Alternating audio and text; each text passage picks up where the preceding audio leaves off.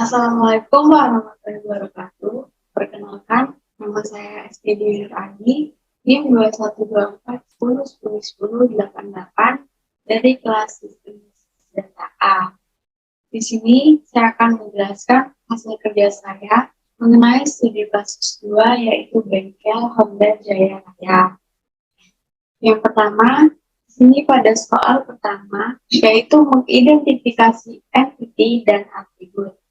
Entity ini adalah data yang disimpan dalam database yang didapatkan dari peristiwa, benda nyata, maupun benda abstrak. Sedangkan atribut itu adalah data-data tentang suatu entity, data-data yang terdapat dalam entity yang dijelaskan.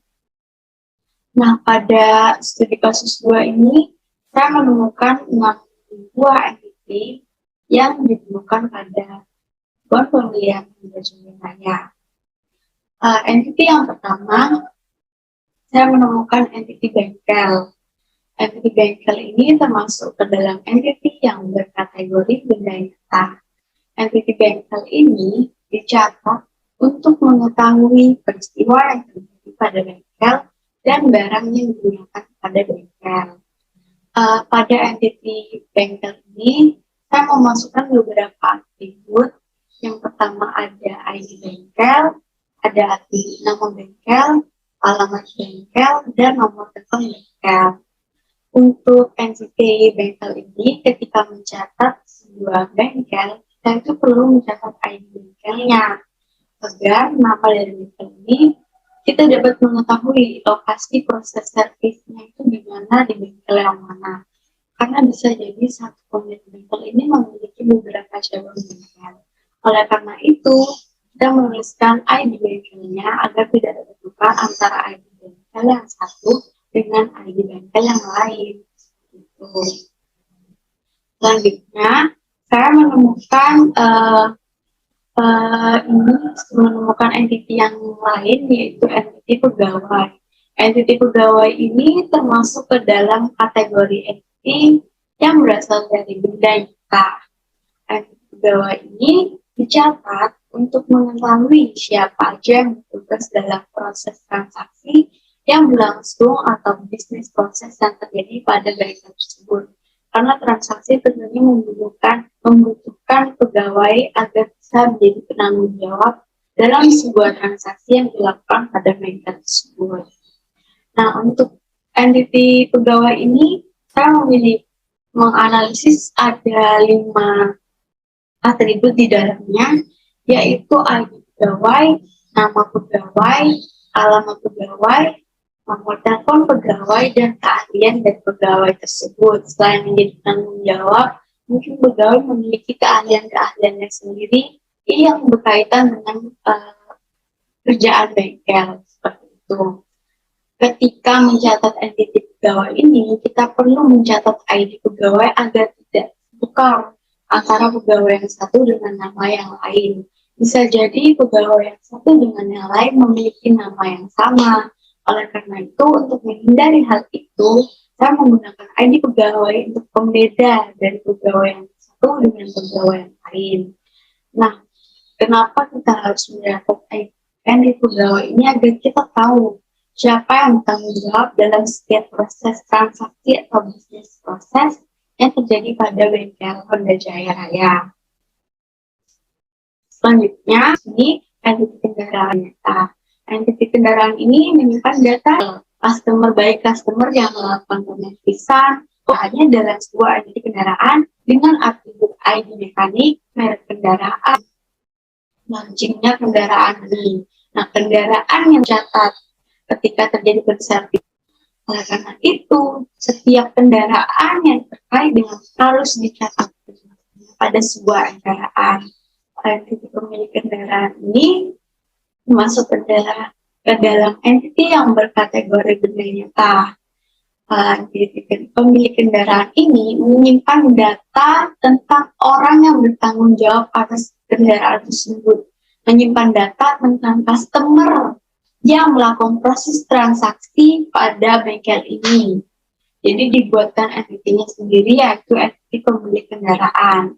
Nah, entity pemilik kendaraan ini dicatat untuk mengetahui siapa saja yang bertanggung jawab atas kendaraan tersebut, siapa customer atas kendaraan tersebut, siapa pemiliknya, harus dicatat ke dalam sebuah entiti pemilik kendaraan. Pada entiti pemilik kendaraan ini, saya menuliskan 4 buah atribut. Yang pertama ada ID pemilik, nama pemilik, alamat pemilik, dan nomor telepon pemilik. Nah, ketika mencatat entiti pemilik kendaraan ini, itu juga perlu mencatat ID pemiliknya agar tidak tukar antara lain, agar tidak tukar.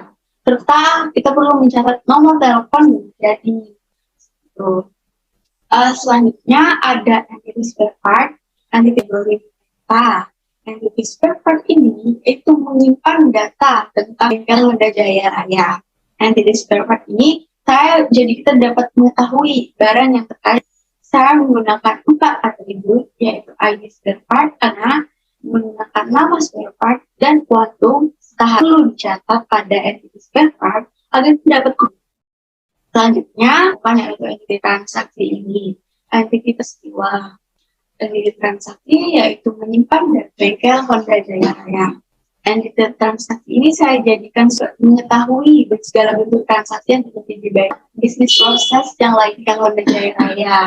Nah, ketika terjadi peristiwa terkait dengan bisnis proses ini bisa dijadikan proses kedua, yaitu dari multi-value attribute dan adalah multi-value yang dalam terdapat nilai mengandung beberapa nilai. Sedangkan redundant atribut yaitu itu terjadi redundant kendaraan tadi itu terjadi yang masuk ke dalam bengkel yang melakukan proses transaksi ke dalam ini bisa jadi sebagai redundant. Untuk warga sebagai atribut yang redundant karena sama seperti tadi bisa jadi proses transaksi ke dalam bengkel ini memiliki warna kendaraan yang sama oleh karena yang redundant. Selanjutnya nama spare part. Nama spare part ini juga setiap transaksi oleh karena itu atribut yang termasuk ke dalam atribut redundant. Selanjutnya pada soal menentukan ke entity yang ada. Nah, nama atribut yang tidak bisa, yang menurut saya tidak bisa dimasukkan dalam entiti kendaraan. Kenapa? Karena kondisi kendaraan ini pada tahun pembentukan. Nah, karena satu pelanggan dengan kendaraan yang sama itu bisa jadikan pembelian spare part dan lain-lain. Oleh karena itu, kondisi kendaraan ini bisa menjadikan sebuah atribut sebagai atribut yang multi-value. Selanjutnya, ada primary UID dan secondary UID. Pada penentuan primary UID dan secondary UID ini ada yang namanya artificial dan ada yang namanya natural. Untuk yang natural itu artinya terjadi dengan sendirinya tanpa melibatkan orang lain. Sedangkan yang artificial itu yaitu UID yang dibuat secara sengaja. Seperti itu. Untuk entiti-entiti yang tadi saya temukan yaitu pada entiti kendaraan, entiti bengkel, entiti transaksi, entiti spare part, pemilik kendaraan, dan pegawai itu memiliki daftar UID yang masing-masing. Pada entiti kendaraan ini, daftar UID yang saya pilih yaitu nomor polisi dan merek kendaraan bersifat natural karena terjadi saja dan dari satu kendaraan ke kendaraan lainnya itu tidak mungkin terjadi. Sanksi ini dijadikan sebagai primary UID. Sedangkan untuk merek kendaraan terjadi dengan sendirinya. Akan tetapi untuk merek kendaraan ini, kendaraan dengan itu bisa terjadi kesamaan antara kendaraan. Itu sangat memungkinkan untuk terjadi kesamaan merek setiap sebagai secondary UID. Selanjutnya yaitu pada entity bengkel ada daftar UID-nya. Untuk ID bengkel ini bersifat sebagai primary key karena ID bengkel ini tidak akan sama karena memang dibuat secara adanya kesamaan antara satu ID bengkel dengan ID bengkel yang lain oleh karena ini. Dan untuk nama bengkel ini natural tidak sempurna. Nama bengkel ini bisa saja terjadi kesamaan. Ada nama satu bengkel dengan nama bengkel yang ini transaksi. Pada entiti transaksi, saya memilih nomor faktur dan tanggal untuk menjadi artinya dibuat dengan sengaja dan saya jadikan sebagai primary key karena nomor ini pastinya tidak akan memiliki nomor yang sama. Jadi saya tanggal ini artificial dan saya jadikan sebagai second, bisa jadi terdapat proses transaksi yang berbeda. Jadi saya jadikan ini sebagai secondary key. Nah, selanjutnya untuk entity ID spare part yang tentunya artificial, saya jadikan sebagai primary key karena ID sama dengan ID spare part yang lainnya. Untuk nama spare part-nya ini natural, dan samaan antara spare part yang satu dengan spare part yang lainnya. Selanjutnya pemilik kendaraan ini, untuk daftar ID-nya saya menggunakan ID memang dibuat dengan sengaja antara ID pemilik satu dengan ID pemilik yang lainnya. Jadi saya jadikan sebagai primary key. Untuk nama, karena sangat memungkinkan antara customer satu, antara pemilik kendaraan yang satu dengan pemilik kendaraan yang lainnya, itu akan saya jadikan sebagai secondary key saja. Untuk entity yang terakhir yaitu pada entity pegawai, daftar UID-nya saya memasukkan ID pegawai dan nama pegawai. ID pegawai semuanya artificial, nama pegawai natural. Sedangkan untuk ID pegawai ini saya jadikan sebagai primary dengan alasan yang sama dengan ID pada entity-entity lainnya, dan nama supaya tetap dijadikan sebagai secondary. Nah, bisa jadi antara nama pegawai satu dengan nama pegawai lainnya itu sama. 5. Yaitu untuk mengidentifikasi relationship antara ini, kita perlu mengetahui adalah sebuah hubungan antara satu entity dan ada entity A, maka akan dijadikan sebagai relationship. Untuk pada studi kasus ini, saya membuat tabel mengatakan bahwa di sini terjadi relationship antara entity pegawai. Karena sebuah bengkel itu hanya bisa terdapat ada satu bengkel. Nah, oleh karena itu, maka akan terjadi perubahan pula pada entity pegawai, sama bisa menyebabkan perubahan menjadi pada entity bengkel. Seperti itu. Selanjutnya, ada relationship kendaraan. Karena setiap bengkel itu pasti terdapat lebih dari satu customer atau hanya tergantung melakukan proses transaksi pada satu bengkel. Nah, ini dibuat agar terjadinya bisnis prosesnya ini tercatat dengan jelas. Jadi entity bengkel ini memiliki relationship dengan entity spare part. Karena setiap bengkel itu pasti terdiri dari beberapa, itu terdapat relationship antara entity pegawai dengan entity transaksi. Pegawai yang bertanggung jawab. Nah, dalam proses transaksi tersebut, setiap pegawai saksi. Oleh karena itu, saya menuliskan di sini bahwa entity relationship.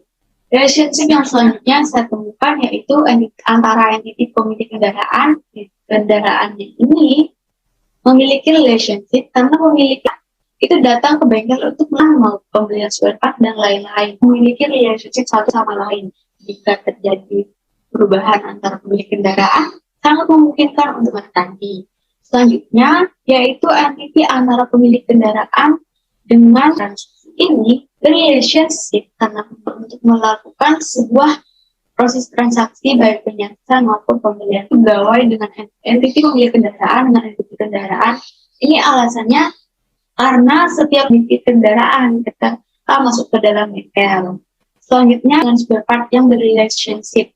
Entity kendaraan terdiri dari beberapa spare part, dan spare part itu merupakan bagian dari entity antara spare part dan entity transaksi.